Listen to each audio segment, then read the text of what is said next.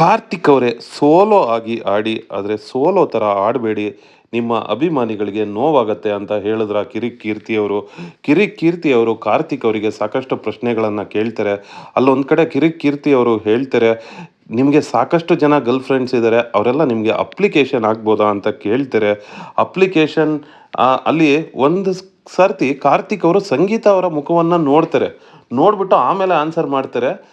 ಇಲ್ಲ ಈಗ ಸದ್ಯಕ್ಕೆ ಅಪ್ಲಿಕೇಶನ್ ಬೇಡ. ನಾನು ನನ್ನ ಕರಿಯರನ್ನು ಕಾನ್ಸಂಟ್ರೇಟ್ ಮಾಡಬೇಕು. ಹಾಗಾಗಿ ಅಪ್ಲಿಕೇಶನ್ಸ್ ಬೇಡ ಅಂತ. ಬಹುಶಃ ಅದು ಜೆನ್ಯೂನಿಟಿ.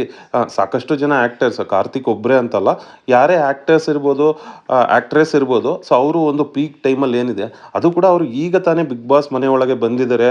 ಒಂದು ಕರಿಯರನ್ನು ಹೊರಗಡೆ ಹೋಗಿ ಸ್ಟಾರ್ಟ್ ಮಾಡಬೇಕು. ಕಾರ್ತಿಕ್ ಅವರಿಗೆ ಅವರು ಸಾಕಷ್ಟು ಏಳು ಬೀಳುಗಳನ್ನು ನೋಡಿದ್ದಾರೆ, ಒಂದು ಅಪ್ ಆ್ಯಂಡ್ ಡೌನ್ಸನ್ನು ನೋಡಿದ್ದಾರೆ. ಸೊ ಅವರು ಬಿಗ್ ಬಾಸ್ ಮನೆಗೆ ಬಂದಿದ್ದೆ ಸೊ ಕರಿಯರನ್ನು ಎಸ್ಟಾಬ್ಲಿಷ್ ಮಾಡಬೇಕಂತ ಬಂದಿರ್ತಾರೆ. ಸೊ ಇಂಥ ಟೈಮ್ನಲ್ಲಿ ಅವರಿಗೆ ಆ ಅಪ್ಲಿಕೇಶನ್ ಬೇಡ ಅಂತ ಅವ್ರು ಹೇಳಿದ್ದು ಜೆನ್ಯೂನ್ ಅಂತ ಅನ್ನಿಸ್ತು.